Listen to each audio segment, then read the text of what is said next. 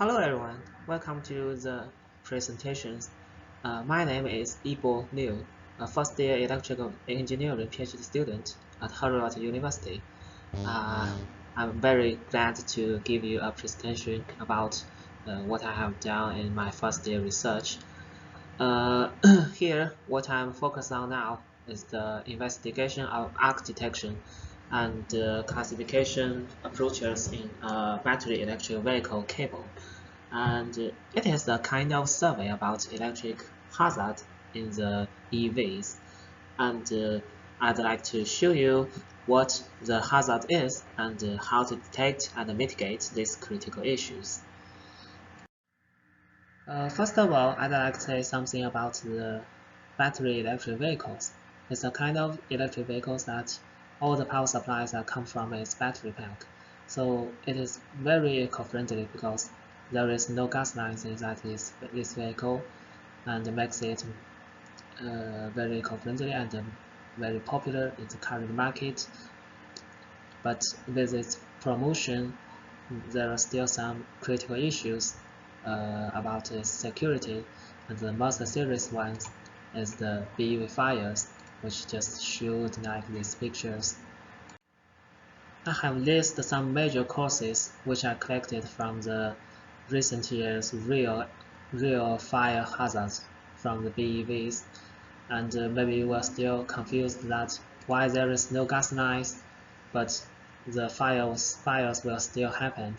That is mainly because the arc fault. This is a kind of discharged phenomenon which can instantly release the huge heat and energy into the environment, and all the damages on the components inside the vehicle can easily lead into the arc fault, and thus a fire hazard happened.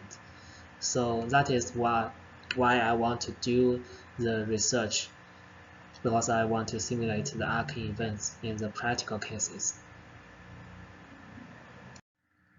Then my supervisor helped me much on the initial experimental setup, and there are three things I would like to highlight. It is that we have used a 350 volt DC battery pack to simulate the power supply of the real B battery vehicle.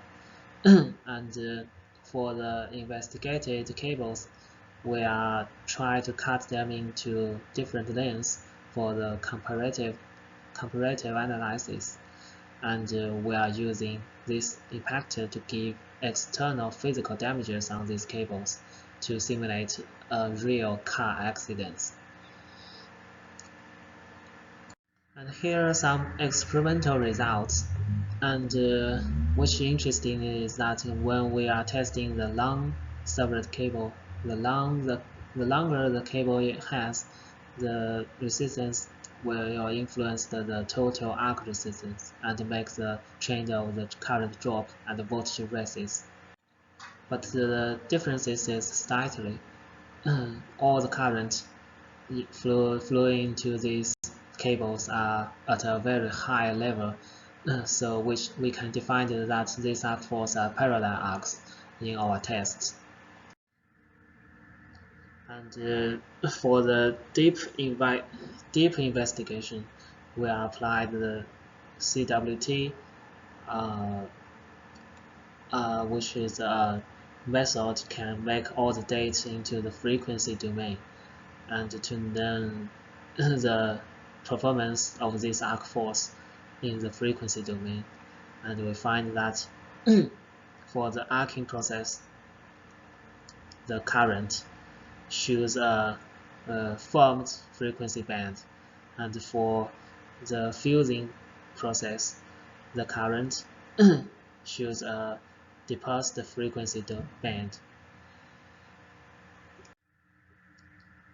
And then we can got some conclusions is that the arc force investigated in the experiments currently are parallel arcs, and by the time domain analysis, which we did in the real physical test, will show a more complicated process than which we did in the Simulink tests.